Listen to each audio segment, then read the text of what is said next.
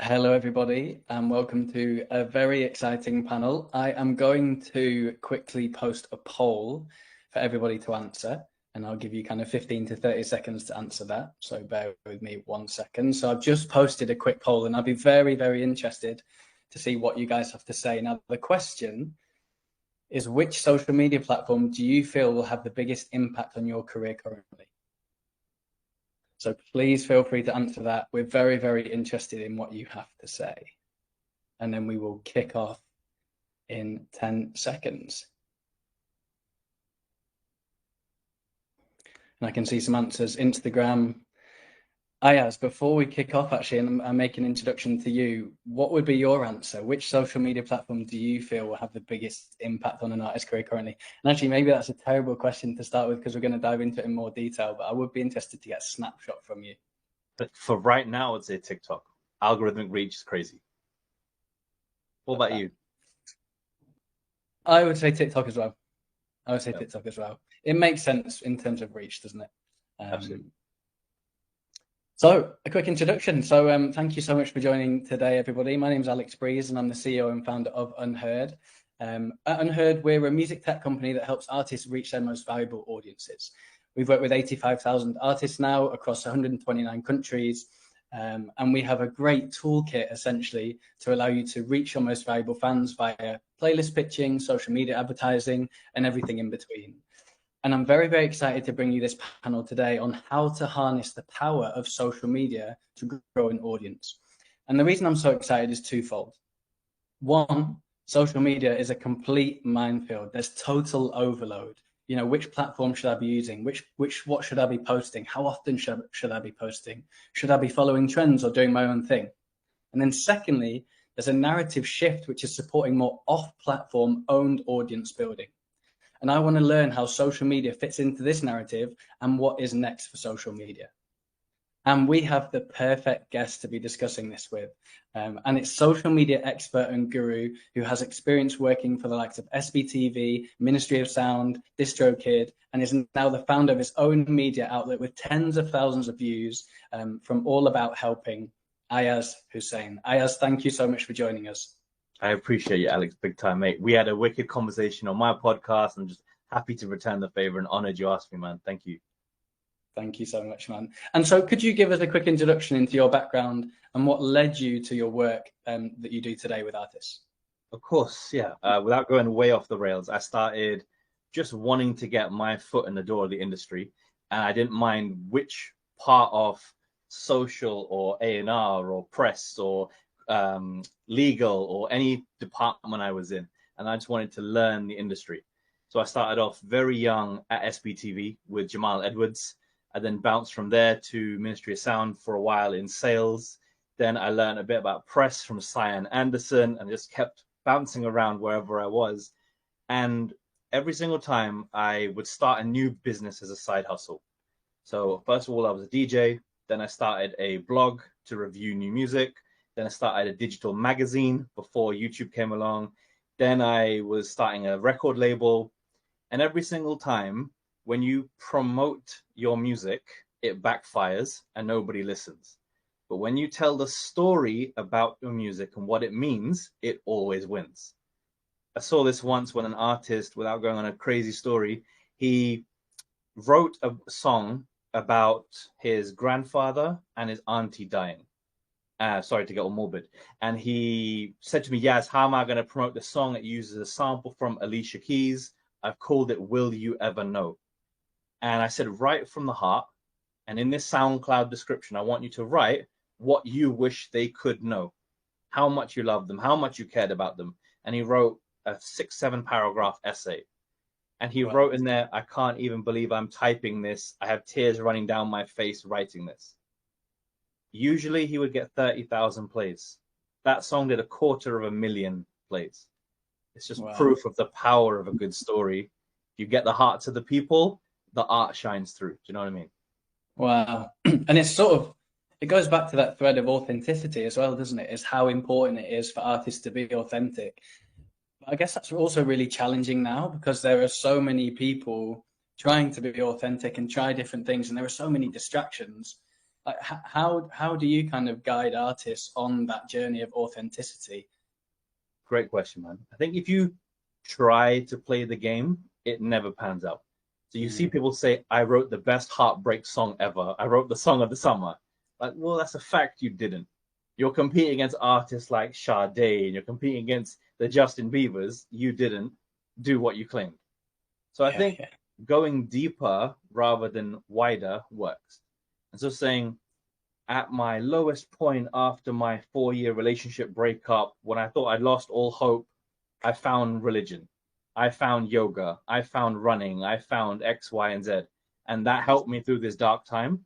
And I channeled that through this song that I wrote. Mm. I think the story about your song needs to be told. Mm. And many artists will think, but it's in the lyrics. But if the signposting of your marketing doesn't get people to hear the song, there's no point. And you Mm. have to spell it out and imagine you're having a coffee with a friend, and what would be the context you would tell them to let them hear it with primed ears, and that the song makes sense for them once they've listened. I Mm. I pause interviews all the time if I'm listening to Zane Lowe or anyone interviewing a big artist. When they tell the story about the album, I pause the interview and then go and listen to the album with that informed context. And so Mm. TikTok, Instagram, YouTube Shorts, it is that. You Yeah. prime them with the context so that when they stream, they get it on a deeper level. It makes a lot of sense, and I can resonate with this from a business perspective as well. Because actually, when I'm talking about Unheard, very rarely when I'm talking to partners or investors or whoever it might be, am I actually talking about the features. I'm telling the story. I'm 100%. telling how we got to this stage and the impact we have on artists. And then I start to tell artist stories about they used the tool and it did this and this. And it's that kind of then personal connection or emotional connection, which is what then Absolutely. allows someone to buy into it, isn't it? Absolutely. It happened to me. I used to make these little remix acapellas where I would take instrumental plus a famous vocal and I matched them together. And after 3 SoundCloud strikes, my account got deleted. And so I made a brand new long form mix. I said, this is my first long form mix ever. This girl has just broken up with me. I wish we never got together in the first place. I'm happily married now with a kid. Trust me, I'm okay. But I say all this to say that mix went on to do 110,000 plays. Because Wow. number one, the community got behind me for losing my account. Number two, I told a story and gave context to these songs are perfect for if a person's broken your heart and you wish you never even dated them in the first place. Mm. Perfect context for it. And Mm. thirdly, I'm not a bad DJ, so I made a good piece of art as well. And so I think with those things combined, that you really tell the story of the music. And not enough artists do that. They have self-conscious, they have self-sabotage, they have judgment that blocks them from Mm. telling what needs to be told. Wow, I think we've dived straight in, and already I'm getting things like authenticity is key, when you're developing your social media strategy. Emotion, being able to tell the story and connect with your audience. And so if I just kind of pause there, I'm an artist, I've released a track, I come to you. What are the first things that you say to artists to start to, I guess, like open up the box, which will then allow them to start to create a really robust and effective social media strategy? Okay. I want to take this in a couple of different ways. If you've just released a song and you're in post marketing, your goal is traffic driving. You need to get all the people who may have had hype building up before it's come out to now think, I've seen it, now I need to go and listen to it. And Mm. so traffic driving content needs a wow factor. It needs something to be so shocking, so attention driving, so thumb stopping that you literally close the social media app you're on, you open Spotify, you want to search that, and you want to go and listen to it immediately and add it to your playlist. Yeah. And so you need to bring a high level of the right part of the song to hook them, the right energy in your delivery of the performance so it doesn't feel flat or monotone. It feels like it's a big moment. And you Yeah. also need to be interesting and create content in places people would not expect. So a growing trend right now is a hanging microphone in a busy street. A growing trend might be a train station full of people and you're singing your heart out as the crowd walks past you. And thumb-stopping content needs to be created. And I feel it's too last minute to create it once the song is out. That's what you had all of that long period where you were not releasing music. That was when you were supposed to be creating this content. I think it's a balance for sure. And how do you, because when I think about social media content, and you touched on it there, like you said, the purpose is that reach, that awareness, and you want to be driving consumption if your track is already out. But it's very rare that I will see an advert on Instagram or TikTok and I will take an immediate action. I will action that call to action. You know, I'm rarely going to see a video for the first time, click and listen to the track. And so then I start to reflect on building that traditional marketing funnel, right? And there's lots of touch points around awareness. And then you ask your fan to do something or the audience to do something. What's your views on that sort of approach? Interesting. I would agree not from an ad, but from organic content. I've heard this concept of a lyrics on a loop being used.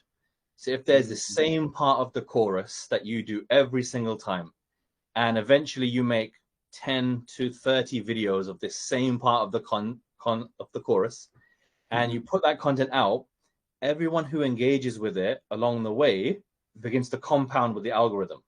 So every time you make a new video, it suggests your content to all the users who previously engaged with the last piece of content.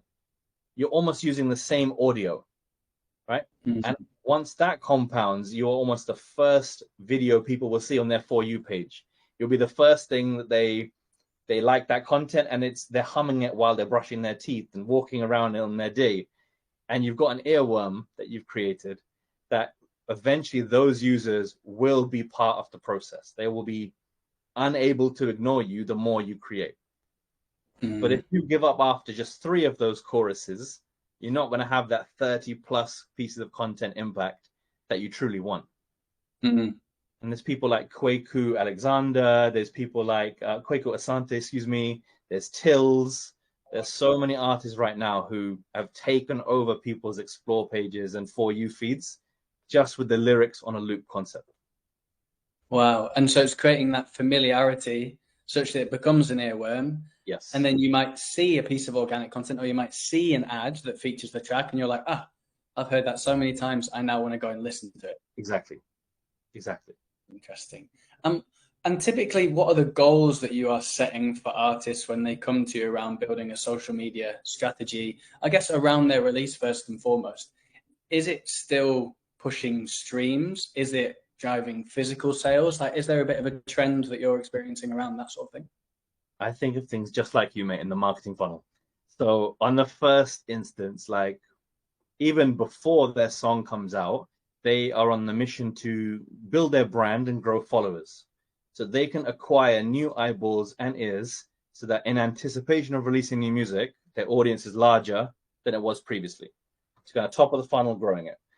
Then as they're pre-marketing the song, I think it's about storytelling through 1 or 2 sentences, lip sync performance. 1 or 2 sentences, lip sync performance. And you start to get those followers to convert into fans. And at that point, I would introduce data capture, whether it's email or whether it's phone number. So you can start to talk to the loyal fans. And you often have to give away something at that point, maybe an acoustic rendition, a BTS, sneak peek of the music video, something bonus that no one else in your competitors are giving away, that the fans actually want. And that's the key. The fans have to want the thing you're offering. Yeah. And then finally, you can talk to your community and sell them something, whether that's merch, whether that's community that you charge X amount per month, tickets to your upcoming gig, vinyl pre-order, whatever your service offering is, you've taken it from the top of the funnel to the middle of the funnel to the bottom of the funnel. And even if that is just streams, email has a much higher open rate than the algorithms are going to do organically. If you maximum are going to see 5% of your audience on social media, wicked, you've got 2,000-3,000 followers, you're going to see a small number of people. But if you have 2,000 email addresses, you're going to have a much higher open rate, and they can click through directly to the song. And so I partner with companies that do like your typical companies. I'm sure Unheard has their own facilities for this as well. But you're having website capture, email capture, phone numbers, so that people can give you a way to contact them. Yeah, that's how I think about socials. I love that. Shout some of those companies out. Let's give the people here a few ideas. Laylo, maybe. Laylo is one, that's wicked. Symphony is another. Smart Noise is another, who give these websites. They often do similar kind of services as Unheard, so I don't want to big them up too much, bro. But I think it's important to know there's options beyond a link tree.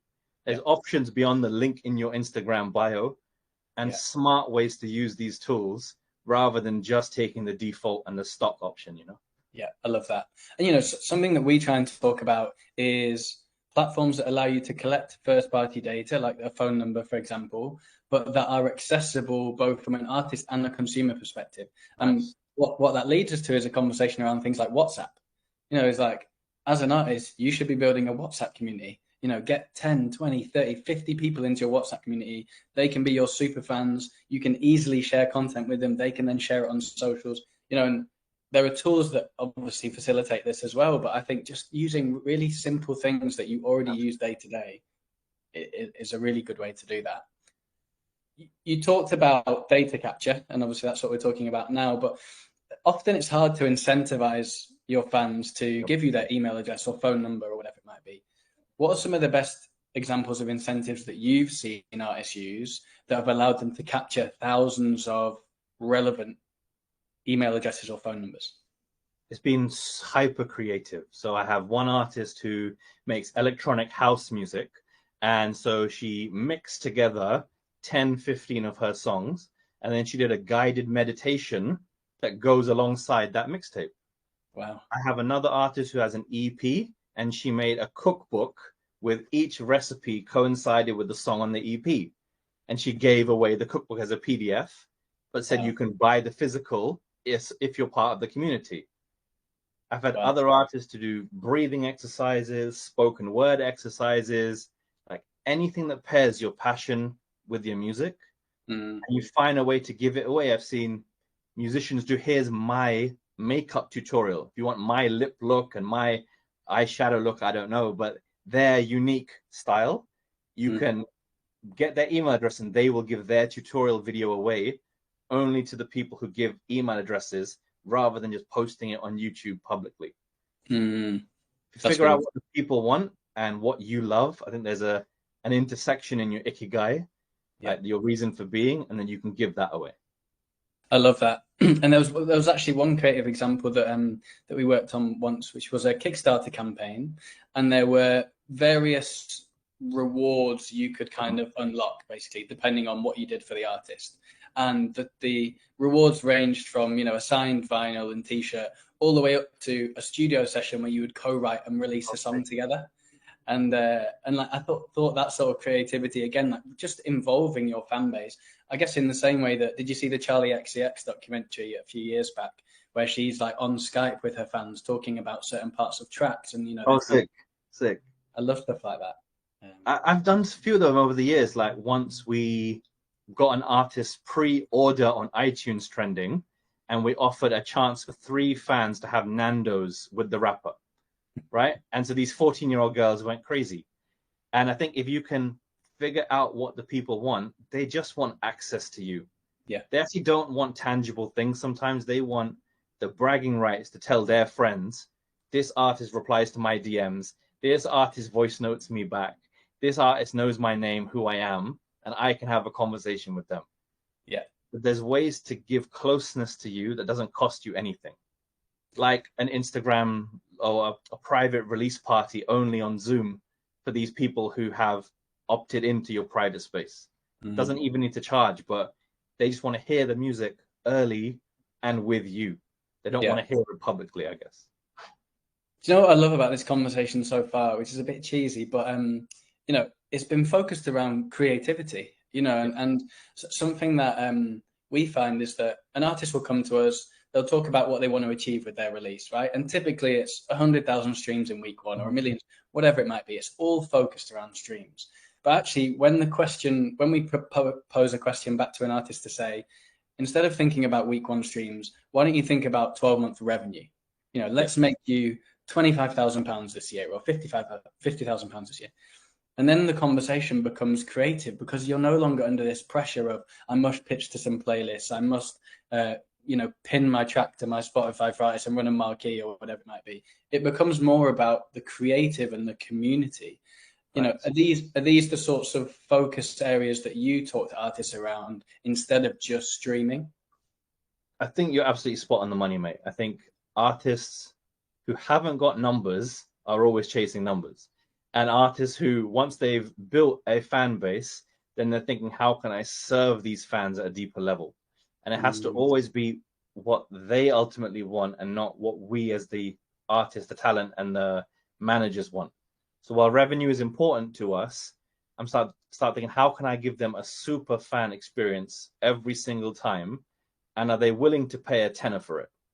Yeah. And if someone's willing to pay a tenner, if it was 1% of your audience, can I get 200 people to pay a tenner? And I don't think that is that hard to do in this economy. Like, let's say you have between your Instagram, 2,000, plus your TikTok, 1,000, plus your YouTube, 1,000. You see, it starts to add up, and your fan base is way bigger than you ultimately realize. You syndicate the same messaging across all your channels, and if, like I said, 1% of them are willing to pay, you can make a lucrative amount of money per single. And then you just do it again on the next single, on the next EP, on the next album. And it's a rinse and repeat, but get a percentage better every time. Like, work out what you didn't do well, work out what you did do well, and tweak it. And eventually you can start trying to build that revenue stream. You're not relying on streams anymore, and your fans are paying you to be a quote unquote full-time artist. And that's the right spot to be in, I think. Small incremental gains, like you said, I love that. It's like the 1% each time. It's so important. One thing that just popped into my mind is if I'm an artist and I'm struggling to come up with some creative ideas because I've exhausted all of my creativity on writing my latest album, and now I'm exhausted and I just want to promote it. Does AI come into this, you know, in terms of supporting artists to create new content ideas, for example, you know, using ChatGPT or other resources available to artists? Or do you think actually sometimes it just has to come from the artist and you've got to be patient to come up with those creative ideas? I think I can take that twofold, mate. So I think the first philosophy that I have is that every artist should be performing once a week on their socials. And so a performance is in something like a crafty corner in your home. This is my humble crafty corner, right? Nice. And you could do a cover, a freestyle, you could do an original, a throwback, leak a future song that you have. And essentially you have, in 4 weeks of the month, you could do one throwback, one modern cover, one past song, and one future song of yours. So that could be a very sustainable non-campaign strategy. So when you're not releasing music and you use that to grow your brand. Let's say you release this freestyle every Wednesday. The Monday, Tuesday content is, I was writing this freestyle. Here's my stories, here's my reels, writing it. Wednesday, for example, is your performance. Your Thursday and your Friday and your Saturday could be you performing that freestyle in cool locations out and about in your town. So that's a very simple non-campaign strategy. Then when you are releasing a song, those 4 weeks in a row, you do your original song that is the focus that you are on. And so to me, yes, you can use AI to help you with the editing. I use a software called Opus Pro, which is phenomenal. You upload a long format piece of content, like, for example, a track by track breakdown of every song on your EP. You could speak for 5 minutes per song, upload that into Opus, and it would make you dozens of short clips, subtitled and fully framed for social media, saying, this is why I chose the title of my song. This is who I wrote my song with. It'd be perfectly subtitled and AI generated. Wow. And then off the back of that, another strategy I love, sorry to go on, is if you have an album, I've been starting to think about this concept of testing 40 different assets. So different verses, different choruses, different punchlines. So in week 1 and 2, test 40 different parts of this album or EP, right? In week 2, take the winning 20 and test them a second and a third time.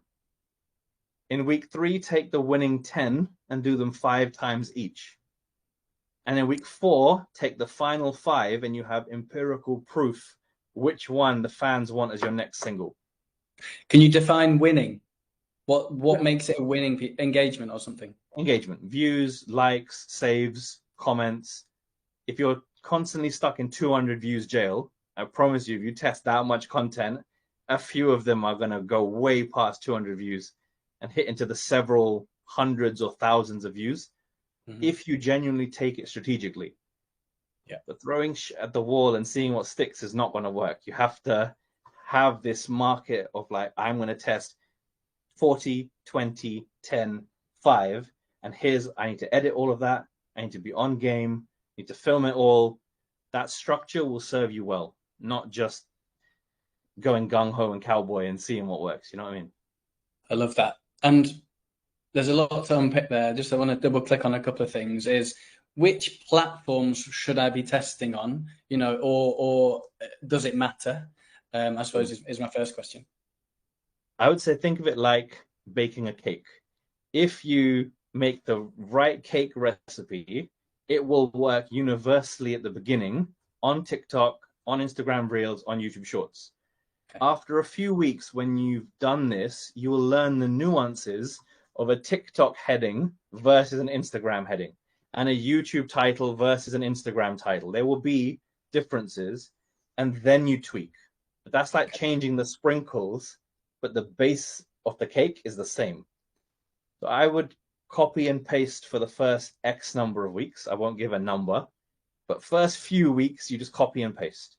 Yeah. Once you get your confidence up, then you differentiate for one of the platforms. Maybe TikTok is now bigger than my Instagram. So I could think of TikTok as my primary channel, post stuff there early, and then a few days later, put it on Instagram because my posting frequency is lower.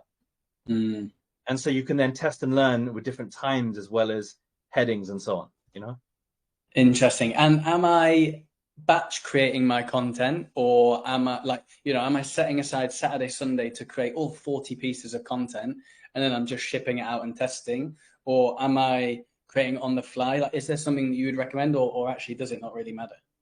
To me, batch creating is the absolute secret sauce. I think the fastest way to burn out is to try and film something and edit it and post it the same day because life is busy. I think artists that I work with, often they film it all up front, but they try and edit it each day and post it each day. And it creates anxiousness, creates stress, and they often skip a day because they didn't get organized enough.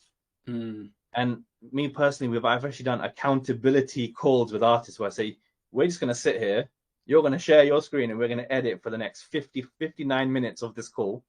And we'll edit everything first. So we'll just get rid of the beginning mistakes, get rid of the ending mistakes, write a headline, export, and do that 40 times over. Then open up TikTok scheduling tool, schedule 40 pieces of content. Open up Facebook scheduling tool, schedule 40 pieces of content. Wow.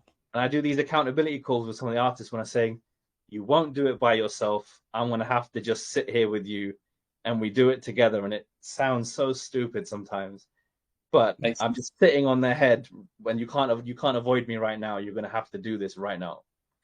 I mean, it makes sense. And I kind of, somewhat liken it to, again, just in my day-to-day life, creating pitch decks. I hate creating pitch decks, but they're so important to be able to translate what we do. But sometimes I kind of need someone to go, I'm going to sit over you whilst you do this for the next 2 hours to get it done. And there are parts of everyone's day-to-day life that they don't enjoy. But actually, like you said, if you can streamline that process by batch creating or just putting aside an hour a week to edit, that can then feed into your weekly cadence of what you're doing, which I think can be really powerful. 100%. I use a Pomodoro timer personally. So it's literally a 25-minute timer. and at the end you get rewarded with a 5-minute break. Yeah. But I would say to my wife, if she walked in, I'm on a timer. Like, let me finish my timer. I cannot stop this thing I'm doing. I cannot get distracted for a second. In the 5-minute break, I'll do whatever you ask. That sort of thing. That's a good kind of push and pull. I like that. Yeah. One question I had is, how does genre impact the strategy? You know, are you recommending slightly different strategies for hip hop artists versus electronic music artists? Or is it much of the same? Very interesting question. I love it. I actually don't do it by genre. I have a Notion template that I've built over the last 3 years, which is called my viral playbook. And in there's about 300 different content ideas.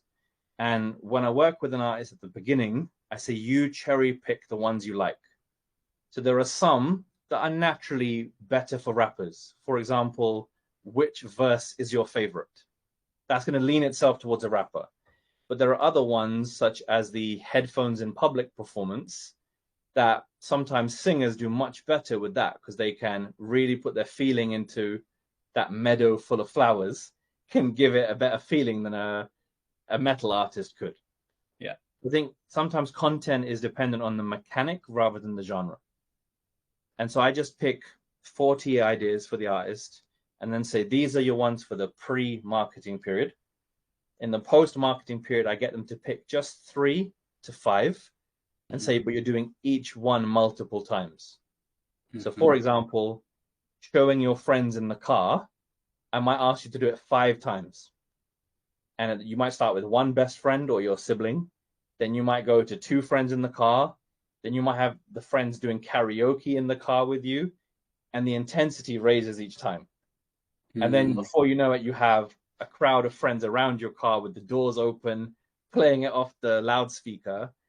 And you make the content, again, up the ante with every video. Really interesting.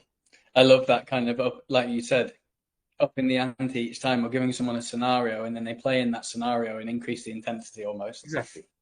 That's fascinating. Okay, slight change in subject, but I wanted to ask this question because I think it'll be useful for people listening. But what are the most common mistakes that you see artists making when they're getting started with their social media strategy? In campaign mode or not in campaign mode? Can we touch on both? Because I saw that someone asked a question around releasing post-release, but it'd be interesting to see off campaign and on campaign what those mistakes are and how people can avoid them. I've often found that artists like to stay in ghost mode until they have a song to release, and then they want to come out of the woodwork and be like, hi, I've got a new song. And I think it doesn't lend itself to taking people on the journey of creating content on social media. So I think the mistake there is being radio silent.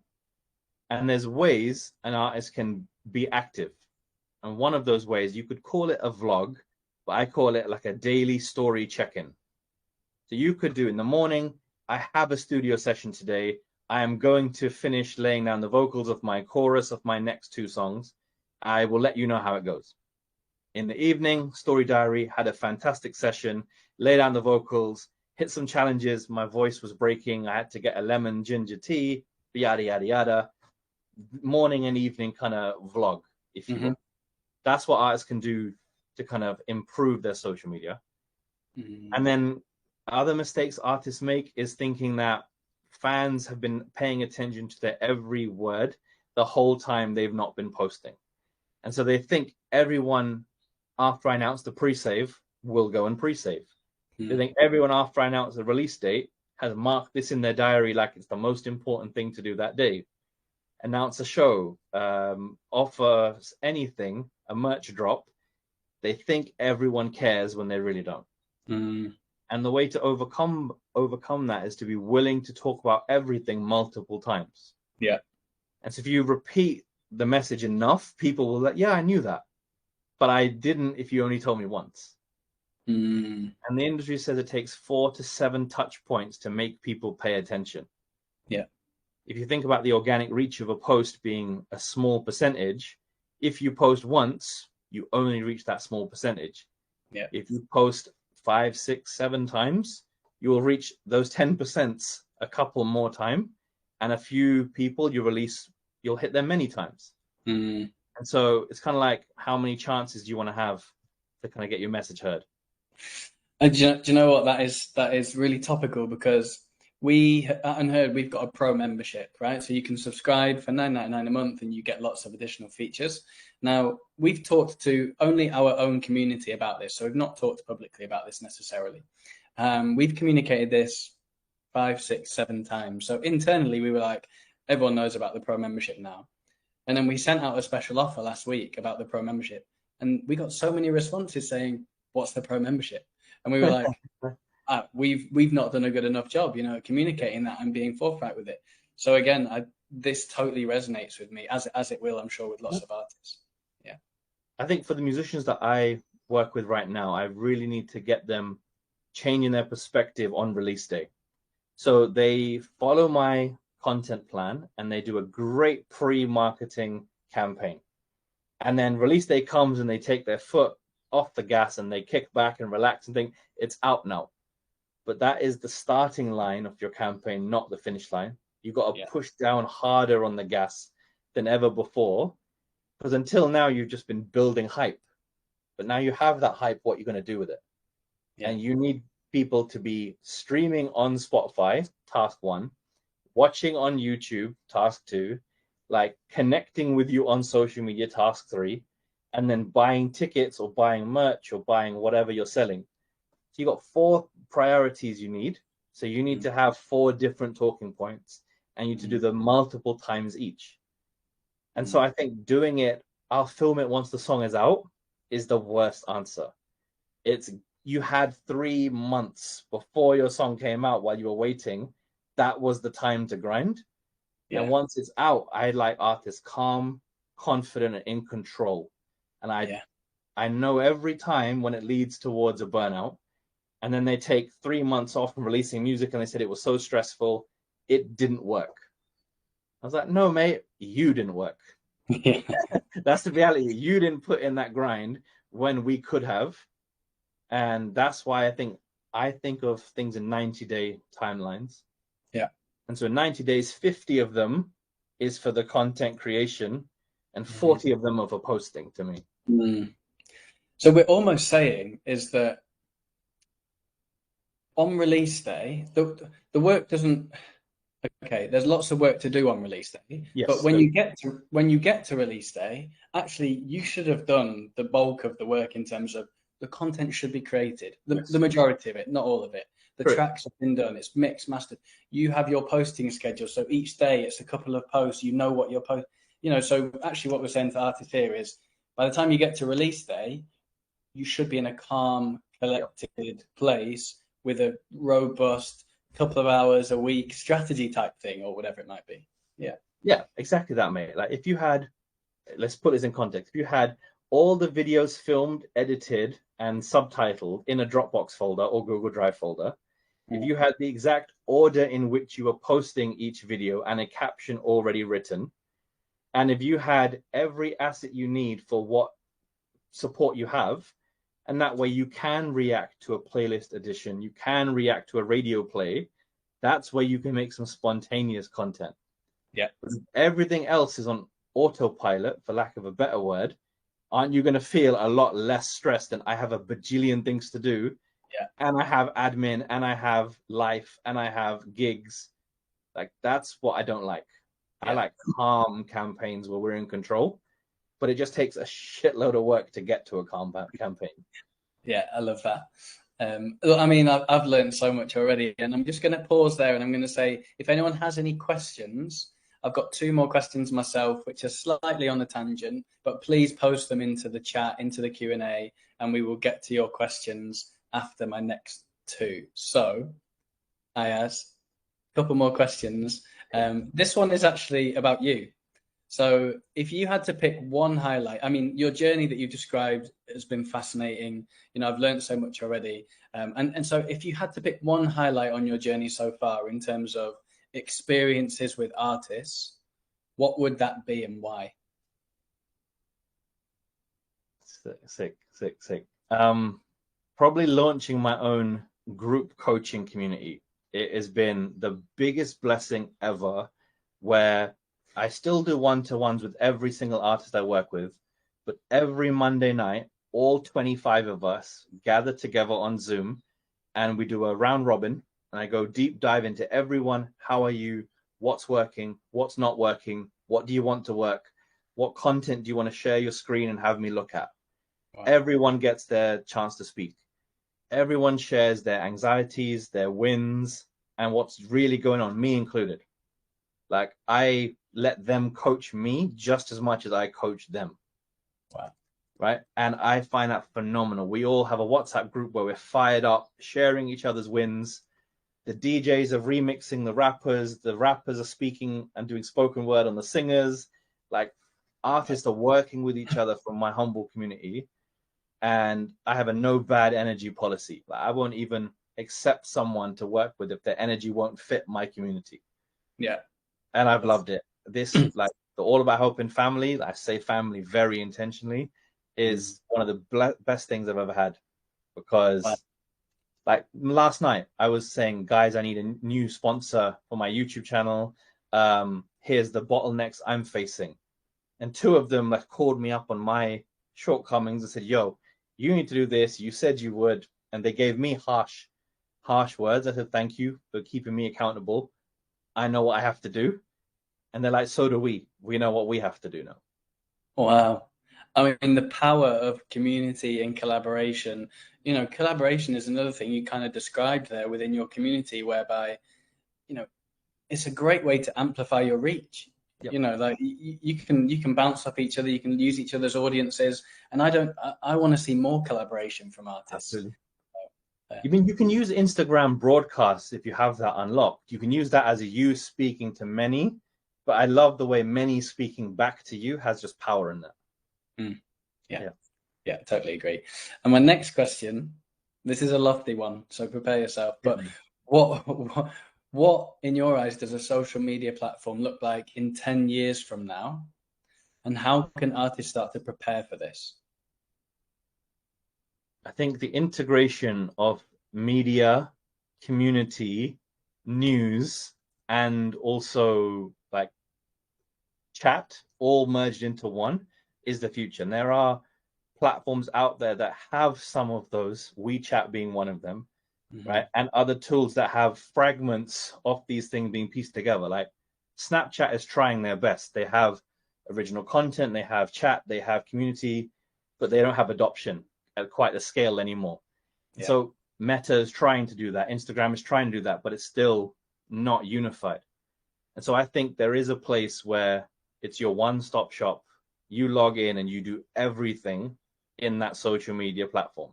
And one day, I don't know which channel it would be, but you need to start, artists and as a whole need to start thinking, I'm creating content, not I'm creating for a channel.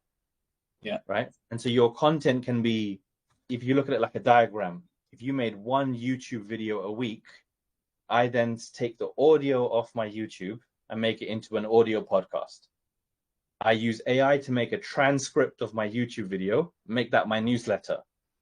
I then take the micro clips using Opus Pro, and then I make all my social content from there.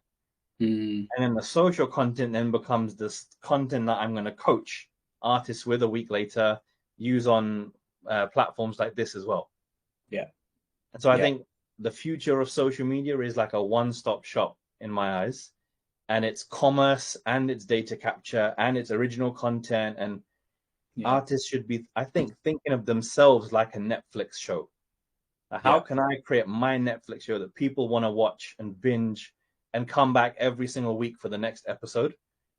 Right. And if you think like that, then you're going to build a fan base forever. But if you think one video at a time, I'll film this idea because I've had an idea. It's kind of hard to kind of think of my season if you're thinking of one episode only. Yeah, that's fascinating. You know, and something that, and I agree with you, I think that one-stop shop is really important. And I downloaded, I think it was Weverse, or it was a BTS Weverse app specifically for BTS. And I started to then, I logged in as a BTS fan. I started to play some games around BTS tracks. Then I would unlock like an avatar of a BTS character. a top trump card. I'd start to engage with the community, and literally within 10 minutes, I was like a BTS fan. You I'm know, addicted. yeah, I was addicted. And I was like, they've got me. And Yeah. that's when I started to feel like, okay, I think the future, like you said, is a one-stop shop, but it's also community, and it's more engaging content, you know, where I can actually play a game with a friend and I can unlock tickets to the next show or whatever it might be. Yeah. You mentioned Layla. I wanted to come back to that if I may. So like Russ, the American rapper, he launched a service called Russ World, and he had thousands of fans log in. And for that one day, there were 30-second snippets of 20 songs. And it said, vote for which song I should release next. He did that, and that song hit 3 million. James Blake obviously launched the Vault, where you paid a monthly subscription, get access to his unreleased songs from the Vault.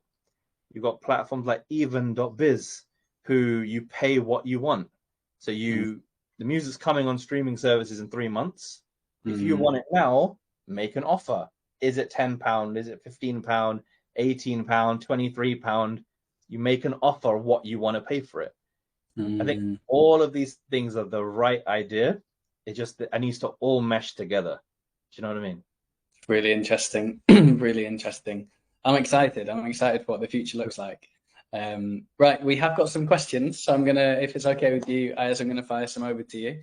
Of course. So the first question is from Ethan Shah, and he said, read this as well. Hold up. Let me read. He said, for a strategy, how many content ideas should be used for pre-release and how many should be used for post-release? Also, if people are telling the same story as other artists, i.e. in the breakup songs, how can they stand out from those other artists? It's a really cool question. I would think of it less as number of ideas and more like number of weeks, mate. So I would think of it as, I have a gift I can give you all at the end. It's called a 6-week song release strategy. So I would personally do 3 weeks of building the hype pre-release, then have your release day, and do 3 weeks post-release as a minimum. You absolutely can do more. To me, that's like a minimum. So if you think of it at 3 weeks or 21 posts, 1 post per day, that would be a minimum to me.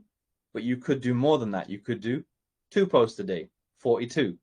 You could do 2 posts and a story every day, taking it up to what the maths is, 63 posts.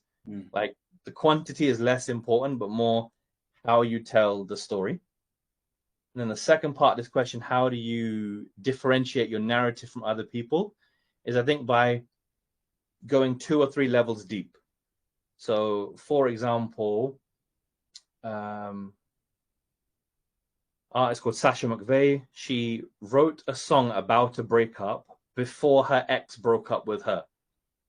And so the narrative of that song was, I was channeling someone else's experience in past situations, and then it became my situation. Wow. You see what I mean? So you go really deep into, you draw a line on your personal life of what you're happy to share about your personal life and what you are not happy to share about your personal life. But if you talk about the facts of a song, other people will see their situation in the facts rather than seeing your experience. Does that make sense? Yeah. They realize the song is about them. It's not really a song about you. Yeah.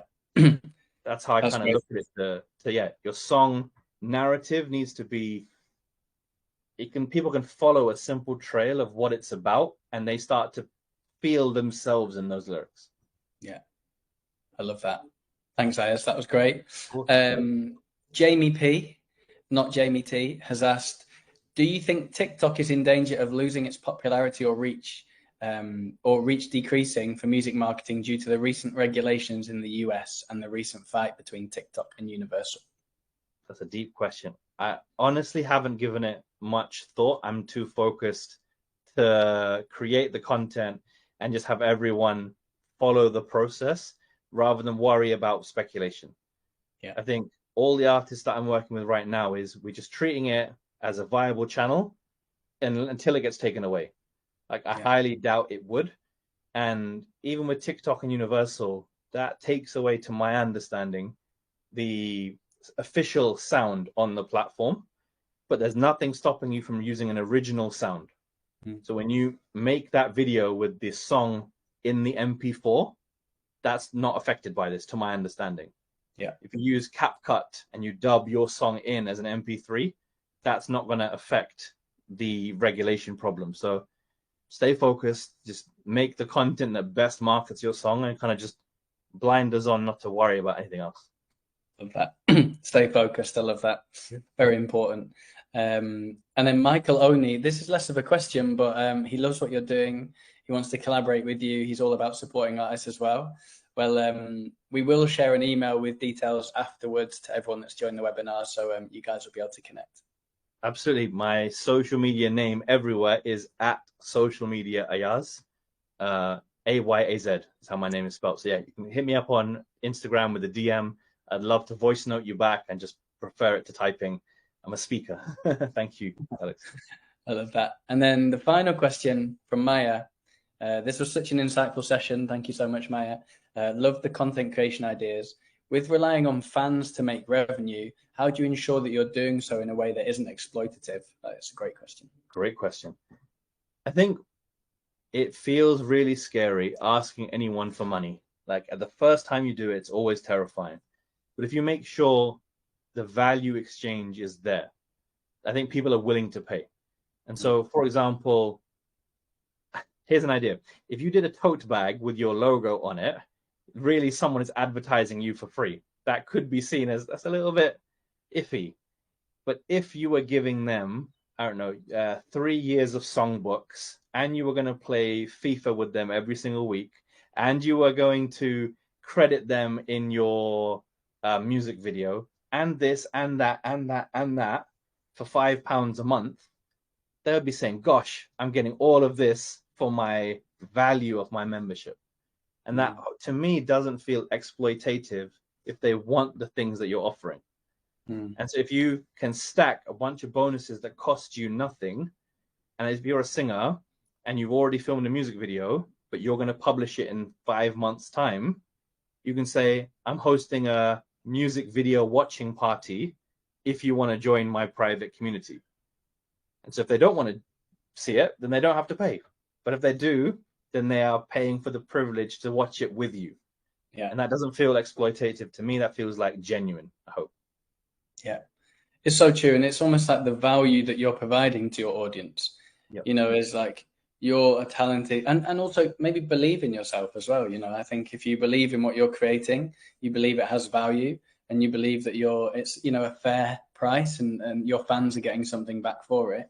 And like you said, I think people will start to engage. And maybe a good indication of whether you've got the balance right is whether people actually are paying for something. You know, if they're not, then maybe it's not quite a good fit yet. If they are, then maybe you've hit the sweet spot. Or you have to triple down on the marketing. If they're not paying for it, you can triple down on the marketing and get that. Yeah. That's true. Well, I mean, thank you so much. It's gone so quickly. I can't believe it's been almost an hour. Thank you so much for your time. I learned so much throughout that whole session, and I'm sure the rest of the community did as well. We will be putting this onto YouTube, so if people did miss it, they can jump on and catch this on YouTube. For everyone that's participated, we will be sharing an email with a link to both the video plus a discount code for Unheard, so 50% off our annual Pro membership discount code. Plus, Ayaz, I think you were also going to share something. Do you want to share a little bit about what you're going to share too?